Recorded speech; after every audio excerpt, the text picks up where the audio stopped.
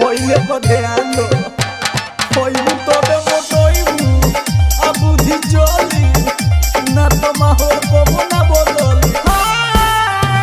हटावा ये जान जवन चढ़ल बनासा अब से आजा पलट दे पासा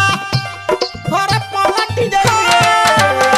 हटावा ये जान जवन चढ़ल बनासा अब से आजा पलट दे पासा हमरे लागे